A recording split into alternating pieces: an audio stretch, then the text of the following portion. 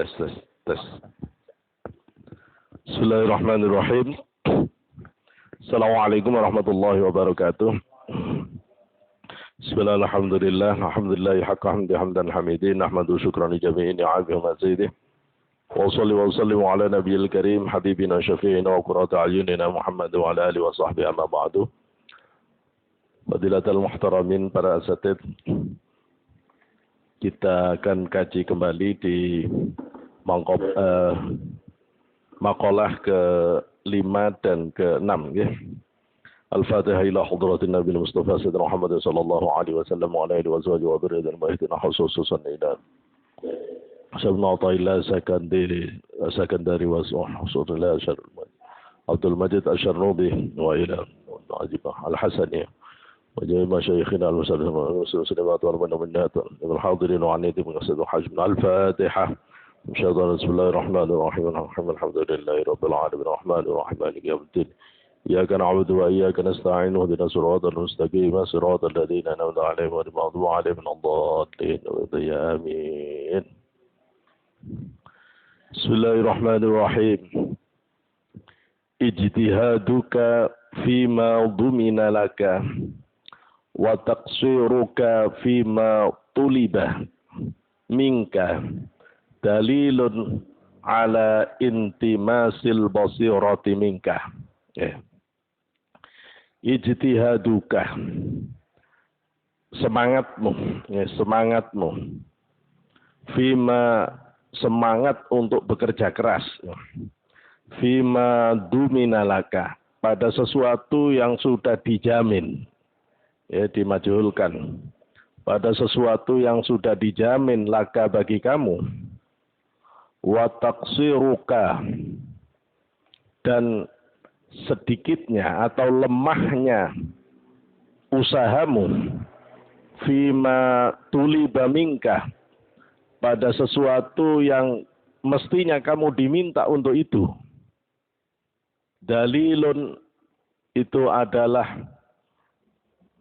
bukti ala intimasil basirati minka, bukti akan kebutaan mata batin dari dirimu.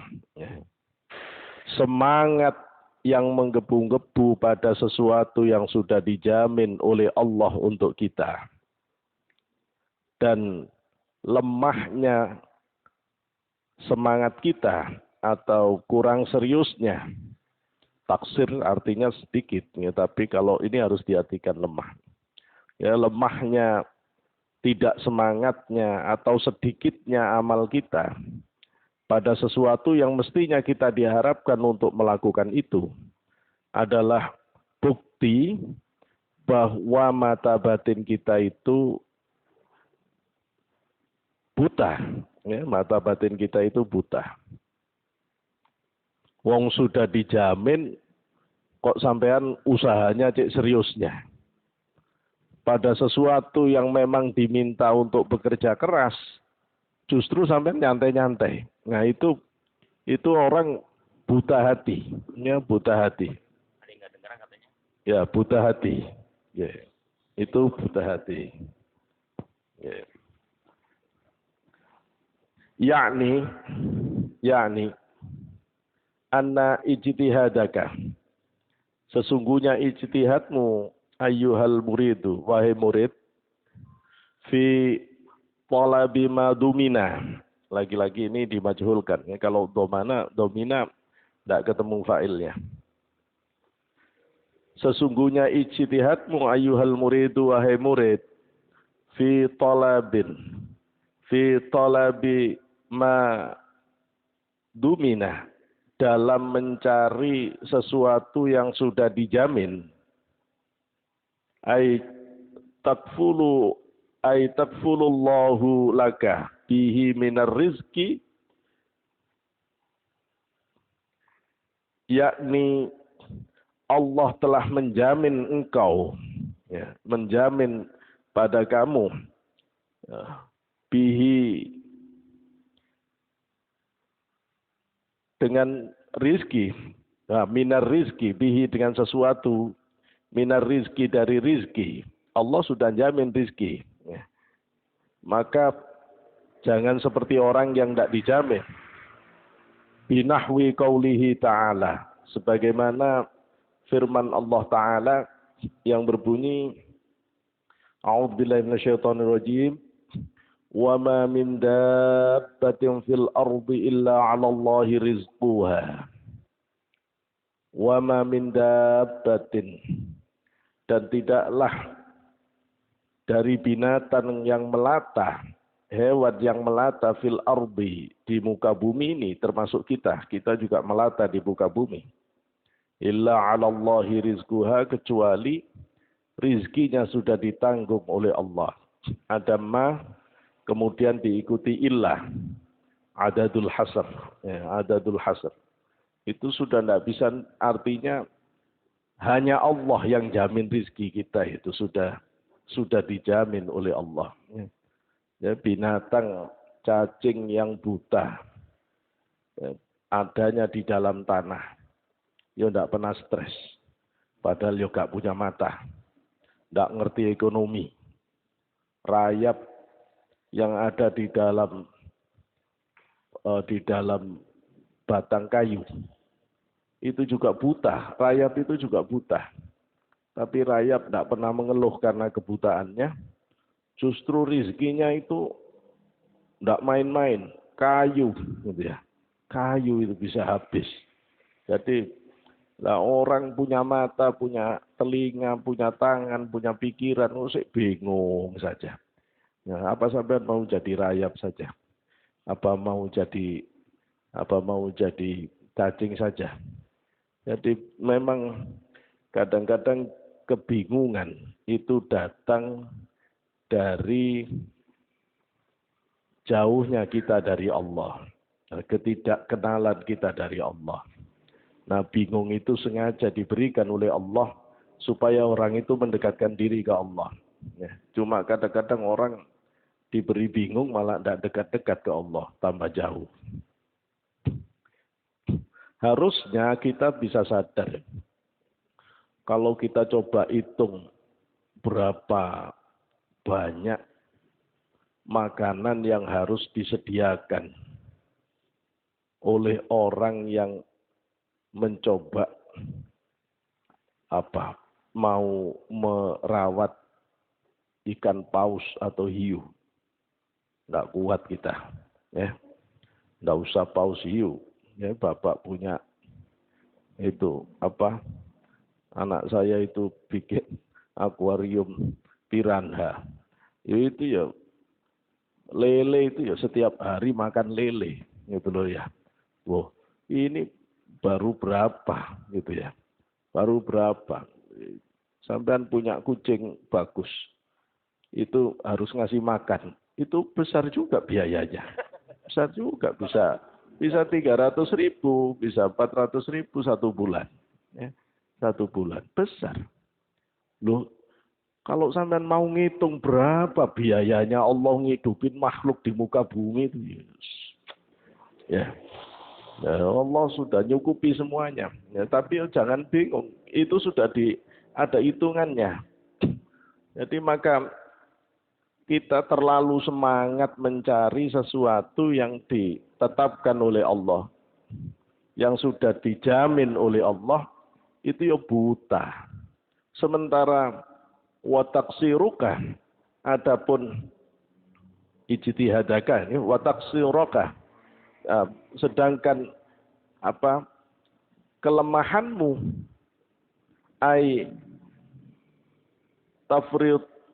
tafriduka fima tuliba minka, maksudnya adalah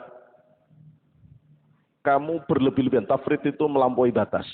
Tafrid itu melampaui batas. Melampaui batas pada sesuatu yang tidak dicarikan, tidak diinginkan untuk kita kerjakan. Nah, fima tuliba minka, pada sesuatu yang kamu diminta untuk melakukan itu. Ini kalau diartikan tafrid itu melampaui batas pada sesuatu yang kita diminta untuk melakukan itu positif. Itu positif. Ini tapi maknanya sebenarnya adalah melampaui batas pada pekerjaan yang tidak diminta. Sementara yang diminta kita itu taksir, kita itu sedikit, lemah. Ya. Kelemahan kita di dalam melakukan sesuatu yang tuliba minka, diminta kita untuk melakukan itu. Minal ibadati, dari ibadah. Binahwi qaulihi ta'ala, seperti contohnya firman Allah Ta'ala, maha luhur Allah. A'udzu billahi minasyaitonir rajim. Ya ayyuhan nasu ubudu rabbakum. Wahai manusia, sembahlah, beribadahlah kalian semua kepada Tuhan kalian. Urusan rizki Allah sudah jamin. Cuma kita disuruh ibadah oleh Allah. Loh kok kamu itu malah rajin nyari rizki, malah males ibadah. Itu tak lucu. Yang dijamin justru semangat, yang disuruh malah males. Nah itu dalilun wa burhanun ala intimasi. Itu adalah bukti. Itu adalah argumen. Itu adalah penjelasan. Ya. Ala intimasi, akan kebutaan, ya, kebutaan. Ai umyil basirati minka, maksudnya kebutaan mata batin dari kalian, dari engkau. Ya. Buta mata hatinya, sampai-sampai tidak bisa yakin dengan apa yang dijaminkan Allah. Sementara pada sesuatu yang diminta malah tidak mau ngerjakan dengan seserius mungkin. Wahia, yang dimaksud dengan ainul basirah itu adalah wahia ainun fil qalbi. Mata batin itu adalah mata yang ada di dalam hati. Tudraku biha al-umurul ma'nawiyat. Al-umurul ma'nawiyatu, yang mampu mencerap atau mampu menangkap biha, dengan mata batin, menangkap umurul ma'nawiyatu, perkara-perkara maknawiyah, nah, sesuatu yang bersifat maknawi. Bapak bisa merasakan, menangkap sesuatu yang sifatnya maknawiyah. Bisa menangkap sesuatu yang bersifatnya maknawiyah, itu yang nangkep itu mata batin. Mata batin. Ya. Apa perkara-perkara maknawiyah itu? Banyak. Ya, banyak perkara maknawiyah. Khauf, roja, faham tentang kenapa kok sampai ada corona. Kenapa? Itu bisa nangkep. Oh ini, kalau sampai ada musibah besar, itu berarti ada kesalahan dan dosa yang masif yang terjadi baik pada orang awamnya maupun pada orang alimnya. Kita ngerti. Nah, mampu nangkep begini ini, yang mampu nangkep begini ini mata batin. Semakin bersih, semakin mampu nangkep maknawiyah yang ada di balik fenomena, yang ada di balik fakta kehidupan. Yang ada di balik fakta kehidupan ini. Kenapa dulu sampai orang Mesir itu diberi Raja Fir'aun? Ngerti? Kenapa kok Nabi Musa itu harus belajar harus besar di tangan Fir'aun? Itu ya ngerti. Oh, ternyata kalau ulama-ulama itu sudah bisu semua atas kebatilan. Kalau orang-orang itu sudah biasa melakukan keburukan-keburukan tanpa merasa bersalah, itu di antara akibat yang Allah akan hukumkan diberi pemimpin yang zalim. Jadi orang yang marah-marah karena diberi pemimpin zalim, itu tidak ngaca. Ya. Bahwa sesungguhnya hadirnya pemimpin zalim itu ya karena banyaknya maksiat dan ulama-ulamanya bisu. Ya, ulama-ulamanya tidak amar ma'ruf nahi mungkar. Nah, kalau sudah mengerti begitu, maka kita bisa tahu, oh ini. Ya, ini. Loh kenapa kok Nabi Musa itu kok dititipkan Fir'aun itu kenapa? Nah, betapapun Fir'aun itu kafir dan ngaku Tuhan, kalau Bapak mau ngalahkan Fir'aun, tidak ada lembaga yang bisa mendidik kegagahan, kesatriaan seperti di lembaganya Fir'aun sendiri. Itu.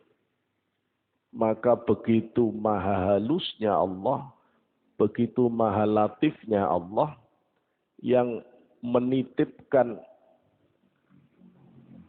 orang yang akan menumbangkan Fir'aun kepada Fir'aun.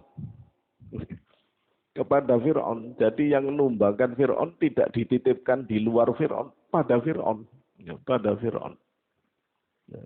Sehingga bisa tahu persis ya, bagaimana menjadi orang hebat dari melihat Fir'aun. Ya. Terdidik dari situ. Ya. Lihat kalau orang sudah mengerti. Ya. Kita baca ayat Al-Quran. A'udzubillahi minasyaitonirrajim. Wa wajadaka a'ilan fa'aghna. Ya. Rasulullah dulu itu miskin. Kemudian Rasulullah dijadikan kaya. Itu kalau orang tidak bisa punya mata batin bingung. Kayanya kapan Rasulullah tidak kaya-kaya? Oh, Rasulullah kaya, Pak. Pertama, Allah kayakan Rasulullah dengan istri yang kaya. Nah, kaya jadinya. Setelah istri yang kayanya mulai surut keuangannya, Allah kayakan Rasulullah dengan Abu Bakar yang kaya raya. Backup Rasulullah. Ya. Setelah Abu Bakar surut, Utsman kaya. Abdurrahman bin Auf kaya. Setelah itu Jazirah Arab ada di tangan Rasulullah. Ini kaya. Jadi Allah itu maha hebat di dalam memberikan perubahan hidup. Dan itu bisa dibaca oleh orang-orang yang mata batinnya jernih. Ya, dia bisa melihat. Nah, melihat maknawiyah itu dengan mata batin. Kama annal ainal basirata. Kama sebagaimana annal ainah. Mata al-basirata. Yang mata dohir, mata ini. Okay. Tudraku biha al-umurul hissiyatu. Menangkap dengan mata batin itu tertangkap perkara-perkara yang sifatnya terestrial. Terestrial itu indrawi. Seperti halnya mata batin itu bisa nangkap hal-hal yang sifatnya indrawi. Indrawi itu yang bisa ditangkap panca indera. Ya, bisa terlihat oleh mata dan seterusnya. Maka mata batin juga bisa nangkap, cuma yang ditangkap makna. Wa fuhima minal musannifi, dan bisa dipahami dari penjelasan Syekh Ibnu Athaillah Sakandari. Anna dalilan timasi, sesungguhnya bukti kebutaan, anna dalilan intimasil basirati, bukti kebutaan mata batin, huwa ijtima'ul amroyni, bukti mata batin buta itu adalah dua perkara tadi. Nah, a'ni, yang aku maksudkan, al-ijtihadu fi talabir rizki, yakni ijtihad, semangat serius dalam mencari rizki, ma'a taqsiri fil amali, tapi lemah sedikit dalam hal amal ibadah. Ya, kalau nyari rizki semangatnya Masya Allah, tapi kalau urusan ibadah malesnya Masya Allah. Itu ciri mata hatinya buta. Mata hatinya buta. Ya, banyak apa sedikit begini ini. Loh, tidak usah bilang, kita kadang-kadang masih begitu. Ya. Wa ukhbirah anil amroini biqaulihi dalilun, dan memberikan keterangan kabar dari dua perkara itu dengan perkataan dalilun. Ya. Perkataan dalilun itu menunjukkan bahwa dua perkara tadi adalah indikator dari matinya hati atau tertutupnya atau butanya mata hati. Lianna fa'ilan yastawi fihi al-mufradu wa ghairuhu. Karena yang maha pelaku itu sama di dalam dua perkara tadi, mau satu atau yang duanya. Ya sesungguhnya orang semangat pada satu yang dijanjikan saja itu sudah tampak kebodohan ruhaniyahnya. Orang tidak semangat dalam sesuatu yang diminta Allah kita mengerjakan itu juga sudah cukup untuk menjadi bukti. Satu saja cukup, apalagi dua, apalagi dua-duanya, yaitu tambah bukti nyata. Wa amma idza ijtahada fi talabir rizqil halal. Wa amma, dan adapun idza ijtahada, ketika bersemangat seseorang fi talabir rizqi, dalam mencari rizki al halala, yang halal, mencari rizki yang halal, min ghairi taksirin, ya, min ghairi taksirin, tanpa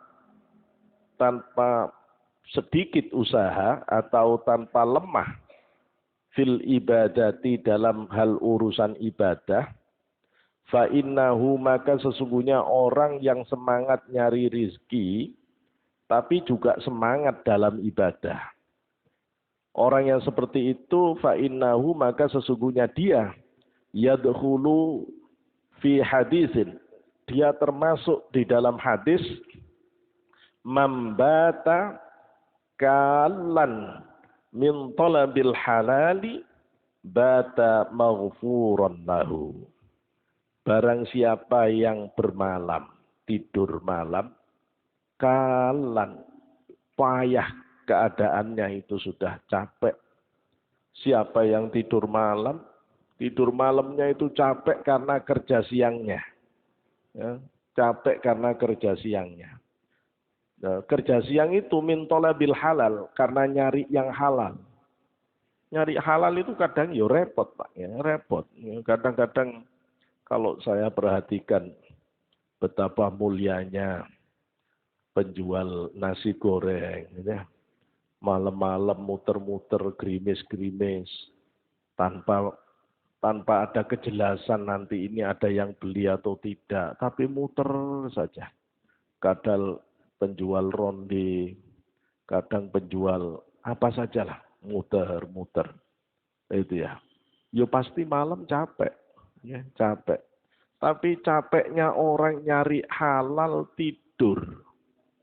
Apa? Bata maghfuran lahu. Maka saat tidur itu dia tidur bermalam maghfuran dalam keadaan terampuni dosa-dosanya. Lahu bagi orang yang kelelahan itu. Jadi kalau kita itu kerja kecapean, kerja kita itu halal. Ya, malam kelelahan Bapak. Kata Rasulullah, sampean itu tidur, diampuni dosa-dosanya. Ya. Diampuni dosa-dosanya. Al-hadis rawahu Tabrani. Hadis ini diriwayatkan oleh Imam Tabrani fil Awsat di dalam kitabnya Al-Awsat. Ya. Min hadis Abdullah ibn Abbas. Dari hadis Abdullah ibn Abbas. Itu. Jadi orang yang usaha karena memang sesuatu itu halal, itu tetap bagus, ya, tetap bagus. Ini memang agak repotnya. Ya, kalau orang itu benar-benar sudah mengerti Allah dan sudah mengerti tentang apa yang dijaminkan Allah, memang tidak usah lagi balik ke makalah yang dulu, ya. Balik ke makalah yang dulu. Tapi kalau orang itu berusaha bekerja mencari yang halal tanpa merusak ibadah, tanpa ganggu ibadah, itu bagus, itu bagus. Jadi memang pernyataan ini harus disandingkan dengan hadis yang tadi disebut. Kenapa? Kalau tidak disandingkan, sampean bisa malas kerja semua. Nah, karena nanti kesimpulannya ya sudah kan sudah dijamin oleh Allah. Anakku juga sudah dijamin, istriku sudah dijamin. Akhirnya kerjanya malas-malesan. Itu juga bahaya. Itu bahaya. Bahaya bagi orang yang masih makom asbab. Ya kalau makomnya tajrid, ingat-ingat pernyataan Syekh Muhammad Al-Sakandari ini banyak bermain di wilayah tajrid. Ya, orang-orang yang memang sudah tajrid. Kalau orang-orang tajrid betul, ya betul. Udah kurangi semua pekerjaan-pekerjaan itu dikurangi. Nah, dikurangi pekerjaan itu sesuai dengan ijabahnya doa dan amal yang diberikan oleh Allah. Itu untuk orang yang tajrid. Beralih menjadi orang yang banyak ibadahnya, banyak doanya. Tapi doanya bukan untuk mencari. Doanya diniatkan ibadah. Sudah begini. Tapi untuk orang asbab itu tidak bisa. Tidak bisa begitu. Kalau orang asbab begitu bubar nanti. Usaha-usaha pasar-pasar bingung semuanya. Pasar-pasar bingung semuanya. Nanti bisa kacau. Kita ingat kembali pada saat kita ngaji di Minahus Saniyah.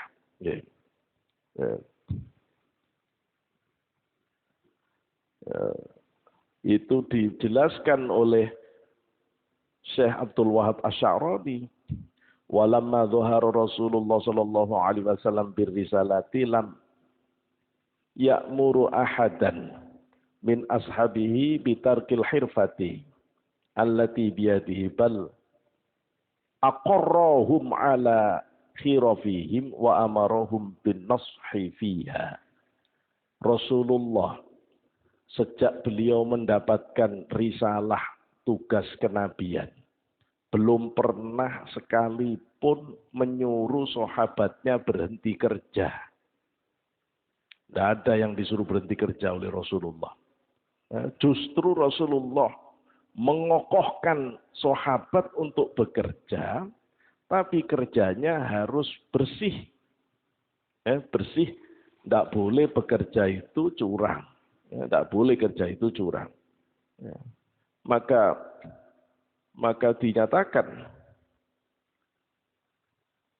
al-kamilu man yuslakun nasa wahum fi khirafihim la mayya'muruhum bitarkil khirfati hatta yusallikahu. Ya. Al-kamilu, orang yang sempurna, guru mursyid yang sempurna, itu adalah man, orang yang yusalliku an-nasa, yang mensalikkan, mendidik untuk mendekatkan diri kepada Allah, wahum fi khirafihim, sedangkan murid-muridnya itu tetap kerja. La man ya'muruhum bitarkil khirfah, bukan orang yang menyuruh meninggalkan kerja. Hatta yusallikahum, baru bisa diajari mendekatkan diri kepada Allah. Mendekatkan diri kepada Allah. Tidak begitu. Jadi harus dua-duanya. Ya, harus dua-duanya. Bahkan sampai Syekh Abdul Wahab Sya'roni itu mengatakan al-mu'minu akmalu indi minal majadhi bimim masyayikhiz zawaya alladhi ya'kuluna bidinihim walaysa biyadihim khirfatan dunyawiyatan ta'ufuhum an sadaqatin nasi wa ausakhihim. Sampai kata Abdul Wahab Sya'roni itu, bagi kami orang mukmin yang bekerja itu lebih sempurna makom ruhaninya daripada orang-orang jazab atau syekh-syekh yang berada di tempat-tempat wirid dzikir khususnya. Tapi kalau makan, dia nunggu pemberian orang lain. Karena dia jual agamanya, dalam tanda kutip. Ya, dia jual agamanya. Itu malah tidak benar. Bagus mana ustadz yang setiap hari nunggu kondangan dengan pedagang sayur. Bagus pedagang sayur. Bagus pedagang sayur. Terus bagaimana kalau begini? Ya memang begitu. Jadi kita kalau jadi ustadz, hati-hati. Jangan sampai kondangan itu dijadikan profesi. Jangan sampai ceramah itu dijadikan profesi. Jangan sampai khataman itu profesi. Hancur sampean di hadapan Allah kalau begitu. Ya, sampean menjual agama untuk makan. Tidak boleh. Jadi jangan ada tarif. Terus dikasih ya terima, tidak dikasih ya tidak apa-apa. Itu loh ya. Ya dikasih diterima Pak, tidak dikasih tidak apa-apa, tapi besok saya nggak datang lagi. Oh jangan gitu. Ya jangan gitu. Ya tetap datang. Ya, sampean kalau tidak dikasih, tidak datang, buta mata hati sampean. Apa dikira Gusti Allah nggak ngelihat? Memang bosnya sampean dakwah itu siapa? Allah atau orang? Lah kalau sampean itu dakwah bosnya itu Gusti Allah, terus sampean tidak diberi oleh orang, apa yang tersinggung Allah nggak tersinggung. Kalau Allah tersinggung, apa tidak tambah banyak nanti yang diberikan? Itu. Jadi kalau sampean ngerti itu malah mudah-mudahan orang-orang lupa, nggak usah nyangoni saya, gitu ya. Itu ya. Jadi nanti Allah ngei tambah banyak. Jadi senyum terus gitu loh ya, dan tidak bingung dengan itu. Jangan begitu, jangan bahaya. Apalagi jadi qori sampai Imam Syafi'i males dengan orang-orang ahlul qurra yang memang kerjaannya itu menjual suaranya. Jangan ya. Mending jualan buah, mending ngojek daripada kita harus menjual Quran. Ya. Nah tapi terus gimana? Udah terlanjur jadi ustadz, dipanggil ke sana sini, udah terlanjur dikenal orang tukang mimpin tahlil, ya udah nggak apa-apa. Tapi sekarang belajar.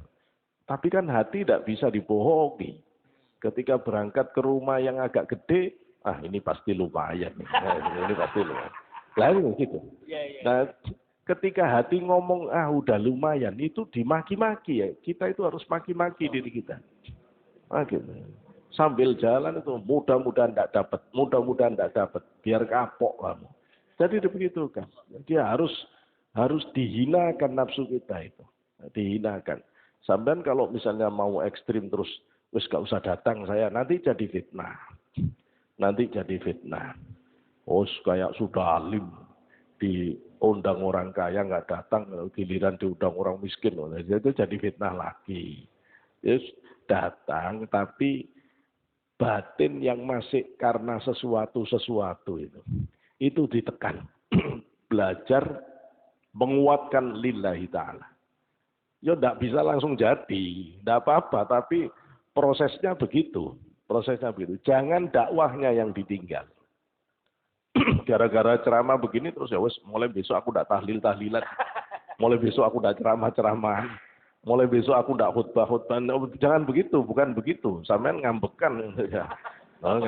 Ya baper nggak bisa jadi wali baper. Ya tidak boleh begitu.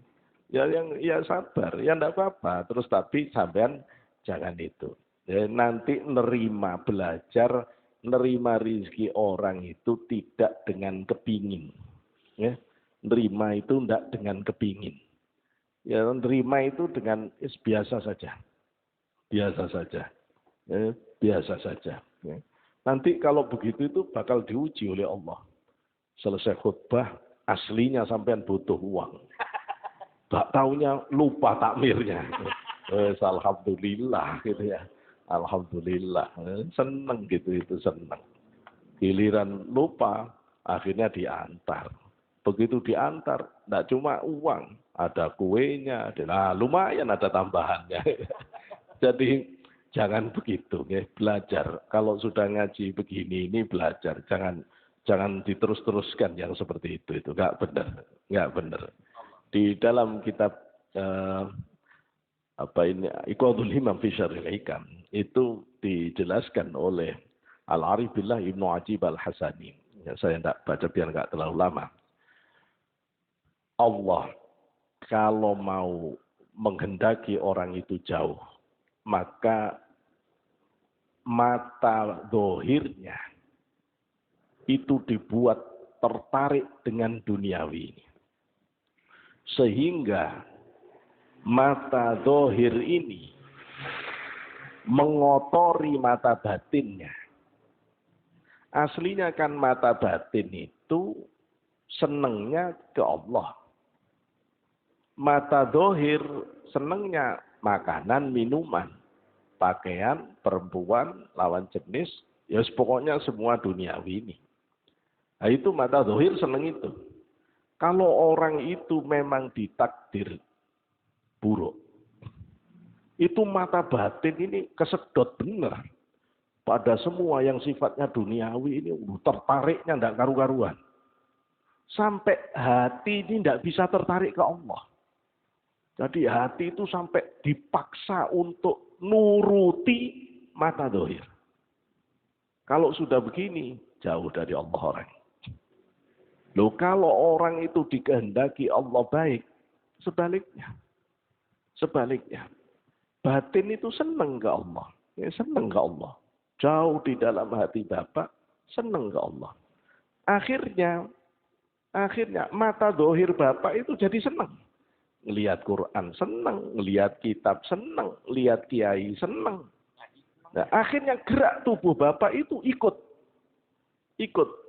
Jadi berangkat ngaji yo senang, berangkat khataman yo senang, berangkat tibaan berzanjian yo senang, berangkat manakiban yo senang. Lu ini sudah bergerak. Jadi aslinya Bapak itu gerak dari batin ke dohir. Sedangkan orang yang dikehendaki buruk dari dohir ke batin. Sampai batinnya itu didohirkan. Loh, kalau sampai begini, Itu buta orang itu sudah. Buta. Akhirnya pada sesuatu yang dijamin Allah, dia begitu semangat. Tapi pada sesuatu yang Allah tunggu-tunggu kita melakukan, malah tidak jalan. Nah, itu malah nggak jalan. Mudah-mudahan jangan begitu. Maka jangan begitu. Loh, terus bagaimana caranya? Bekerja niatkan ibadah. Saya kerja karena Allah memberikan kewajiban untuk mencukupi anak istri. Saya niat nyari rizki untuk mencari rizki untuk anak istri karena Allah.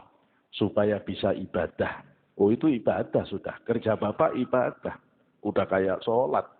Ya, udah kayak sholat. Meskipun wujudnya nunggui dagangan. Nah, itu wujudnya nunggui dagangan. Tapi itu sudah kayak sholat. Meskipun wujudnya ngantar orang ke sana sini. Meskipun wujudnya garap proyek. Itu sudah ibadah kalau begini nih. Ibadah. Ya, meskipun tidak mampu bapak nanti sholat sunnah banyak, tidak mampu. Ya, akhirnya yang penting, yang paling penting ini makolahnya Imam Kutub Abu Hasan Ali Asy'adili. Jangan sampai yang fardu itu kacau. Itu ukurannya. Yang penting fardu, jangan sampai kacau. Ya, kalau memang kadang-kadang pekerjaan itu menyita waktu. Yang penting fardu, jangan kacau. Ya. Yang fardu ini jangan kacau. Nah, terus bagaimana Pak? Kalau saya ini sopir bis malam. Ini kan kemudian jadi susah sholat saya. Ya di jamak. Kan sudah ada boleh. Loh, sampai Jakarta, Bandung, masuk jamak setiap hari. Ya enggak apa-apa, sampean memang sudah melintasi kebolehan jamak kok. Ya, kebolehan jamak, enggak apa-apa, tetap boleh. Tapi yang penting tetap tunaikan. Kenapa kata Imam Kutub Abu Hasan Asy'adili? Orang yang amanah di dalam pekerjaannya, meskipun dia itu tidak sanggup banyak ibadah sunnahnya, asal kerjanya itu amanah tidak curang, cukup itu menjadi mujahadah riadohnya di jalan Allah. Cukup. Sekarang Bapak saya tanya, kerja benar itu gampang atau repot? Ayo. Tidak gampang, Pak. Tidak gampang. Jadi guru yang benar, tidak gampang. Datangnya tidak telat, malamnya benar-benar belajar. Memang Bapak menyiapkan bahan-bahan supaya anak itu benar-benar cepat memahami. Tidak gampang. Tidak gampang. Benar-benar ketika ngajar Bapak perhatikan anak orang itu. Benar-benar didalami perasaan anak itu. Tidak cuma sekedar nyampaikan pulang. Bukan. Tapi dilihat, oh kenapa ini kok kesulitan memahami. Apa yang membuat dia sulit. Yang ini kok cepet banget. Ini bagaimana cara mengelolanya. Tidak gampang. Tidak gampang. Gitu loh. Tidak gampang. Semuanya itu sulit. Tapi kalau ya datang seenaknya. Baca tidak pernah baca. Pokoknya langsung ngomong. Kadang-kadang ngajar itu rupanya. Tapi isinya cerita ke sana sini tidak karuan, itu ya korupsi namanya. Itu loh ya. Bapak nganiaya anak orang lain. Yang mestinya dalam waktu 2 jam dapat ilmu 100. Gara-gara yang ngajar Bapak 2 jam cuma dapat 5. Apa tidak zalim? Padahal bapaknya sudah biayai. Dari rumah sudah dimandikan. Sudah ibu bapaknya sudah terus kasihan. Kasihan. Gitu ya. Kasihan. Jadi serius di dalam ngurus pekerjaan karena Allah amanah. Itu mujahadah. Mujahadah. Sehingga sudah umum orang-orang Thariqat Syadziliyah itu di antara mujahadahnya ngajar. Tapi kalau ngajar ya serius, nggak main-main. Ya serius, nggak asal-asalan. Jadi betul, betul apa yang disebut oleh Imam Kutub Abu Hasan Asy'adili. Nah kalau ada waktu, ya Bapak nambah, ya rawatib yang muakkadah dilakukan. Terus tambahlah sunnah, meskipun duha 2 rakaat, ya nggak apa-apa. Qiyamul Lail meskipun 2 rakaat, pokoknya Qiyamul Lail, jaga, jaga. Itu sudah bagus, ya sudah bagus. Nanti kalau batin kita itu terus tambah bagus, itu bergerak sendiri. Nanti Bapak akan tidak puas sendiri dengan ibadah begini, tidak puas, saya harus nambah lagi. Semoga nambah. Sudah enak. Saya kayaknya sholat malam cuma segini, ini malu saya ke Allah. Saya nambah lagi lah, umur sudah tua. Apalagi yang harus saya siapkan, tambah, terus. Sampai akhirnya Bapak meletakkan sholat-sholat sunnah itu dalam posisi yang seolah-olah itu menjadi wajib. Tidak mewajibkan yang sunnah, bukan. Tapi perhatian Bapak pada ibadah sunnah itu seperti perhatian Bapak pada yang wajib. Kalau perhatiannya pada yang wajib, lebih lagi. Loh, kalau begini, ini makom Bapak sudah bergerak.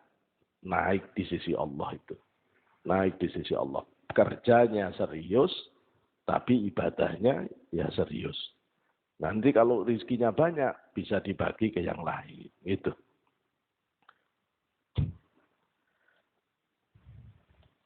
La yakun takhiru amadil ata'i ma'al ilhahi fid du'ai mujiban liyaksika fahuwa dhamina laka al-ijabata fima yahtaruhu laka la fima tahtaruhu linafsika wa fil waqtil ladzi yuridu la fil waqtil ladzi turidu. La yakun, jangan menjadi takhiru amadil ata, lambatnya atau mengakhirnya atau lambatnya, ya, tambah akhir masa pemberian amadil ata, masa pemberian ma'al ilhahi, ya, bersama ilhahi itu keseriusan yang terus-menerus diulang, ya. Fid du'ai, di dalam berdoa, mujiban, menjadi wajib liyaksika, putus asamu. Apa maksudnya? Jangan penundaan, penundaan yang lebih tepatnya. Janganlah penundaan masa pemberian kabulnya doa. Pemberian kabulnya doa. Saat Bapak itu terus-menerus berdoa, itu membuat Bapak menjadi putus asa. Gitu. Wong saya ini udah doa terus supaya rizki itu lancar. Oh, udah lancar-lancar. Sampai bosen aku doa. Wong saya ini udah doa terus supaya anak istri nurut. Lu kok gak nurut-nurut, sampai bosen aku doa. Loh, jangan begitu. Jangan sampai Anda mewajibkan putus asa karena terus-menerusnya semangat doa itu tidak menampakkan hasil ijabah. Itu maksudnya. Janganlah penundaan ijabahnya doa, pemberian doa itu membuat Bapak menjadi putus asa. Sementara Bapak sudah terus-menerus berdoa. Fahuwa dhamina laka al-ijabata fima yahtaruhu laka. Fahuwa, maka dia Allah, dhaminan, jamin. Allah itu jamin. Laka, bagi kamu, al-ijabata. Allah sudah jamin ijabah untuk kamu itu. Fima yahtaruhu. Cuma ijabahnya itu sesuai pilihannya Allah. Fima dalam apa-apa yakhtaruhu yang Allah memilihkan itu untuk kamu. Laka, untuk kamu. Allah itu pasti ngijabah, Pak. Cuma yang diijabah oleh Allah itu ya pilihannya Allah. Bukan pilihannya Bapak. La fima takhtaruhu linafsika. Bukan seperti apa yang Bapak pilihkan, yang engkau pilihkan. Ya, untuk dirimu sendiri. Bukan begitu. Jadi, kamu memang doa. Ya, doa. Tapi diijabahnya doa itu seperti apa? Itu Allah yang akan milihkan. Ya Allah, aku kepingin istriku itu cantik, mancung. Dan seterusnya, waktu muda dulu. Paling malaikat yo gregeten. Kamu ini enggak pernah ngacau, po. Enggak pernah ngacau, po. Gitu ya. Kalau mobilmu itu Daihatsu, jangan minta bempernya BMW. Itu dilihat orang nanti lucunya enggak karuan, gitu loh ya. Wah, ada yang, ya Allah, aku minta istri itu yang kuat, yang kokoh, yang hebat. Mobil Bapak itu Avanza. Mau minta bempernya tank. Itu ya lucu, gitu loh. Ya lucu. Jadi, kalau seandainya diberi yang Bapak mau, itu diketawai orang sepanjang masa. Nggak cuma masa hidup Bapak, sepanjang masa. Lucu itu. Lucu. Akhirnya oleh Allah ya dikasih. Tapi nanti kalau Daihatsu ya bemper Daihatsu. Gitu loh. Kalau Avanza ya bemper Avanza. Gitu loh. Kalau BMW ya bemper BMW. Jadi Allah yang bisa nyocokin itu Allah. Karena kita tidak tahu. Karena kita tidak tahu. Loh, cuma kita ini mau nuntut aja. Mau nuntut supaya persis sama. Nah nuntut persis sama itu bodohnya batin orang itu ya. Bodohnya batin kita itu. Wa fil waqtil ladzi yuridu, dan Allah akan mengijabah fil waqti, pada waktu alladzi yang yuridu Allah kehendaki. Bapak jangan narjet-narjet ke Allah. Kalau seminggu udah dikasih, saku libur aku nyembah kamu ya Allah. Loh, jangan begitu. Jangan begitu. Allah itu akan kasih dalam hitungan waktu Allah. Ya fima yuridu. Pada apa fil waqtil ladzi yuridu, ya pada waktu yang Allah kehendaki. La fil waqtil ladzi turid, bukan pada waktu yang kamu kehendaki. Gitu ya. Ini penyakit kita dalam berdoa. Ini dikoreksi oleh Syekh Ibnu Athaillah. Biasanya dua yang paling berbahaya. Satu, pada bentuk ya Allah, mobil ya Allah, mobil ya Allah. Mobil Fortuner ya Allah, Fortuner yang terbaru. Sampean itu. Gusti Allah didikte sampai kayak begitu. Gitu loh ya. Fortuner yang terbaru ya Allah. Atau all new apa wis gitu loh ya. Yang ini terbaru. Udah gitu dikasih waktu. Maksimal bulan depan ya Allah, maksimal puasa. Jadi kita dikoreksi dua konteks ini oleh Syekh Ibnu Athaillah. Dalam doa, kita terjebak biasanya ijabah tidak ijabah itu dari bentuk. Ijabah tidak ijabah dari waktu.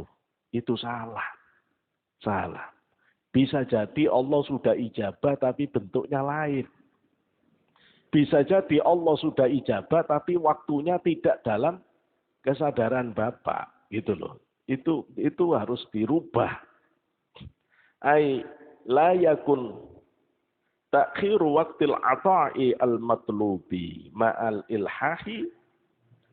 Ai maksudnya yakni la yakun, janganlah menjadi la yakun ta'khiru waqtil ata'i al-matlubi, keterlambatan waktu pemberian dari apa yang kamu cari, kamu minta kepada Allah. Ma'al ilhahi, dengan sungguh-sungguh terus-menerus. Ai al-mudawamati, maksudnya ilhahi, mudawamah, terus-menerus. Fit du'ai, di dalam doa. Mujiban, menjadi wajib. Liyaksika, keputusasaanmu, ya, menyebabkan kamu menjadi putus asa. Min ijabati du'ai, dari keyakinan diijabahnya doa kita. Ya, jangan sampai keterlambatan waktu pemberian Allah atas apa yang kita mohonkan kepada Allah, padahal kita sudah doa terus-menerus, itu membuat kita putus asa dari terijabahnya doa. Fahuwa subhanahu, fahuwa, maka dia Allah subhanahu, maha suci Allah, dominan jamin, Allah menjamin, laka bagi kamu al-ijabata, terkabulnya doa, biqaulihi, dengan firman Allah, a'udzubillahi minasyaitonir rajim, ud'uni astajib lakum. Allah sudah jamin dalam ayat Quran itu, ud'uni, berdoalah kalian kepadaku, istajib lakum, pasti aku bakal mengabulkan doa kalian. Ini bapak yang sekarang menghadapi anak putrinya yang usianya sudah di atas 26, 27 ke atas. Belum ada yang ngelamar-ngelamar. Itu tidak gampang menerapkan ini. Tetap doa supaya dapat mantu yang soleh, yang bisa nuntun istrinya. Itu bisa putus asa. Wis ke kiai ini, wis ke sini, wis doa. Kok tidak diijabah-ijabah? Lama-lama males doa. Wis bosen aku doa tidak diijabah. Loh, jangan putus asa. Jangan putus asa. Kadang-kadang bapak sudah berusaha, coba dagang ini gagal, coba dagang ini gagal, coba usaha ini gagal. Malam dia sudah doa. Malam sudah doa terus, malam doa terus. Setiap malam doa, ya Allah, mudah-mudahan usaha kali ini saya bisa sukses ya Allah. Besok ditipu orang lagi, Masya Allah. Terus ya Allah, saya belajar sabar ya Allah. Mudah-mudahan sabar, terus mulai lagi usaha lagi. Masih begitu lagi. Lama-lama Allah sebenarnya ngajari bapak ditipu orang itu. Sebenarnya Allah mau benahi, kamu kurang hati-hati. Kalau jadi pedagang nggak hati-hati, ya nggak bisa. Kamu ceroboh, mempercayai orang. Sampai ditipu 3 kali itu. Saking bodohnya kita. Yuk belajarlah mengenali orang untuk mempercayai orang. Dan seterusnya. Nah ini pelajaran sebenarnya sudah. Ya cuma orang nggak bisa ngelihat begitu itu ya. Fima, nah ini ada kekurangan roh la ala sawab. Fima yakhtarohu laka. Nah, cuma Allah akan mengijabah, ya, mengijabah terhadap apa-apa yang Allah pilihkan untuk kamu. La fima takhtaruhu li nafsika. Bukan pada sesuatu yang kamu milih untuk dirimu sendiri. Saya kira sama dengan penjelasan di atas ya. Fa'innahu a'lamu. Fa'innahu, karena sesungguhnya Allah a'lamu, lebih mengetahui. Bima yasluhu laka minka. Dengan apa-apa yang lebih baik, yang akan menjadikan baik. Laka bagi kamu, minka daripada dirimu. Allah lebih tahu apa yang lebih baik pada dirimu daripada dirimu sendiri. Pada dirimu daripada dirimu sendiri. Ya. Farubama, kadang-kadang tolabta kamu mencari syai'an sesuatu kana al-ula laka mana'ahu angka. Kadang-kadang kamu meminta sesuatu kepada Allah. Karena ada al-ula yang utama, laka bagi kamu adalah man'uhu angka. Yang utama justru ketolak. Kamu sebenarnya minta sesuatu, tapi sebenarnya yang utama bagi kamu adalah tidak dikasih. Ya Allah, gubernur ya Allah, gubernur ya Allah. Saya jadikan gubernur ya Allah. Allah ngelihat wong kamu mimpin istri aja kocar kacir mau menjadi gubernur. Oleh Allah nggak dikasih. Jadi tidak dikasih itu memang yang terbaik. Meskipun kita minta, gitu loh ya. Jadi kita minta sesuatu, mohon sesuatu, tapi menurut Allah yang terbaik adalah tidak dikasih. Jadi tidak dikasih itu dikasih. Paham ya? Tidak dikasih itu dikasih. Bapak diselamatkan. Kita ini tipe orang yang tidak bisa kaya. Ya, punya motor sedikit saja sudah tidak pernah ngaji. Keluyuran. Terus minta ganti mobil. Kata malaikat itu bahaya ini ya Allah, bahaya ya Allah. Wes jangan ya Allah, jaya. Ruwet ini nanti, ruwet. Ini udah dapat motor aja udah tidak mampir masjid gitu loh ya. Tidak mampir masjid. Jangan-jangan dapat mobil langsung kuburan. Udah ya Allah jangan. Gitu. Jadi kadang-kadang sengaja tidak dikasih itu memang itu yang terbaik. Itu yang terbaik. Itu yang terbaik. Kadang-kadang kita minta ke Allah, ya Allah, aku minta istri yang solihah, yang taat, patuh, nggak cerewet, nggak ngomelan, ya Allah. Ya. Yang nurut. Tapi Allah melihat loh, kamu itu loh, sholat malam ya nggak kuat, wiritan ya nggak kuat, itu ya. Ngaji ya nggak kuat. Satu-satunya pahala paling besar sabar dari cerewetnya istri. Ya harus dicerewetkan istri kita itu. Ya gak apa-apa. Ya asal sabar gitu aja. Memang model saya harus ibadah dari sabar pada cerewet istri. Ya, cerewetnya suami kalau itu istri. Ya sabar. Ya, Allah itu seru Pak. Ngasih kita itu selalu yang terbaik. Selalu yang terbaik. Nabi Musa. Bayangkan Nabi, bukan Bapak Nabi Musa. Minta melihat Allah. Tidak tanggung-tanggung. Minta bisa melihat Allah. Allah kan tahu Pak. Yang nyiptakan Nabi Musa itu loh Allah. Kualitas bahan batinnya kayak apa? Sanggup enggak?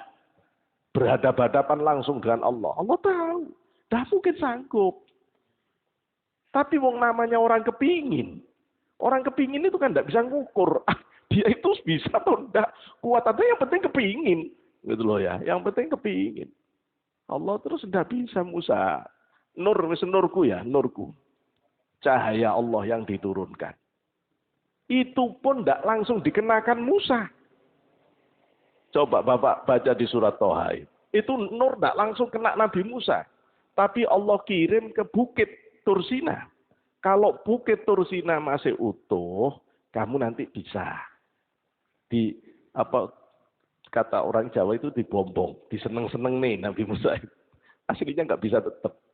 Maka begitu falamma tajalla ketika nur ini bertajalli. Waduh, bukitnya hancur, Nabi Musa pingsan. Coba Bapak bayangkan, kalau ini Allah ijabah, nur ini langsung turun ke Nabi Musa. Yang hancur siapa? Nabi Musa. Masih tidak sadar Bapak, tidak dikasih itu rahmat.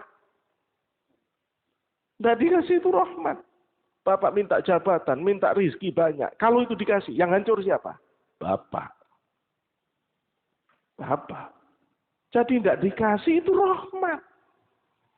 Tidak dikasih itu dikasih. Tidak dikasih itu dikasih. Itu loh ya. Jadi cuma kita tidak paham. Begitu baiknya Allah ke kita sehingga kita tidak ngerti. Bagaimana baik Ustadz? Kita ini kepingin sehat. Kok Allah ngirim diabetes? Kita ini kepingin sehat. Kok Allah ngirim jantung? Kita ini sehat, tapi kok Allah ngirim penyakit. Ini ya apa? Bapak kena rumus itu. Ya, ditunggu naik pangkat dari sholat, gak nambah-nambah. Ditunggu oleh Allah. Allah sayang, Allah sudah siapkan pangkat tinggi. Ditunggu naik pangkat dari puasa sunnah, yuk gak tambah-tambah. Ditunggu naik pangkat dari ngaji, yuk gak jalan-jalan. Ditunggu naik pangkat dari sodako, yuk gak keluar-keluar uangnya. Ayo coba. Sedangkan deadline matinya udah deket. Diapakan terus? Tidak ada pilihan, sakit Bapak. Sakit sudah. Tapi diberi sabar. Apa kata Abdullah ibnu Abbas, sahabat Rasul yang paling ahli Quran. Beliau mengatakan sabar di Quran itu ada 3. 1, sabar dalam ibadah. 2, sabar menghindari maksiat. Yang ketiga, sabar menerima musibah. Sabar terhadap ibadah. Ini Abdullah ibnu Abbas yang menjelaskan. Ya. Sabar terhadap ibadah itu derajatnya 300 derajat. Sabar ngindari maksiat itu 600 derajat. Jadi sabarnya orang nolak maksiat itu pahalanya lebih gede daripada sabarnya orang ibadah. Bapak sholat sunnah. Dengan Bapak menghindarkan orang dari maksiat. Gede itu pahalanya. Kemudian sabar terhadap penyakit, kesulitan, musibah. 900 derajat. Jadi besar mana pahalanya? Sakit, musibah. Kalau gitu mau minta yang 900 derajat. Ya itu repot gitu loh ya. Repot sudah dijelaskan tapi nggak bisa. Itu repot Pak. Ya kadang-kadang sudah sampai kalau kita baca di dalam kitab Al-Isti'adatil Maut wa Su'alil Kubur. Itu dijelaskan sampai nanti ada orang mukmin yang waktu nazaknya sakaratul mautnya itu berat. Berat. Nabi Musa di dalam Sahih Bukhari itu ya. Nabi Musa dikutip oleh Al-Malibari dalam kitab Isti'adatil Maut wa Su'alil Kubur. Waktu nazak begitu meninggal ditanya oleh Allah, "Ya Musa, kaifa wajadtal maut?" Musa, kamu pengalaman sakaratul mautmu bagaimana? Apa kata Nabi Musa? Aku ini kayak domba hidup di tangan tugas jagal, dikuliti hidup-hidup. Waduh, kayak domba hidup dikuliti hidup-hidup. Ya. Terus, ya Nabi Musa kan meskipun itu tidak kecatat dosa, tapi kena salah, memukul orang mati, gitu ya. Makanya kata para ulama, di antara cara Allah terakhir meninggikan derajat orang mukmin itu adalah sakaratul maut berat. Tapi diberi sabar. Yang dengan itu sempurna makomnya. Nah itu. Jadi besok, ya mudah-mudahan semuanya sakaratul mautnya ringan. Ya, ringan. Ringan tapi pahalanya besar. Itu nakalan untuk doanya gitu terus gitu ya. Doanya gitu terus. Tapi seandainya kita ketemu sakit, ketemu susah, husnudzon. Batin itu yang nerima. Karena di balik musibah berat itu ada pahala yang tidak ternilai. Ada pahala yang tidak ternilai. Rubbama fayakunu al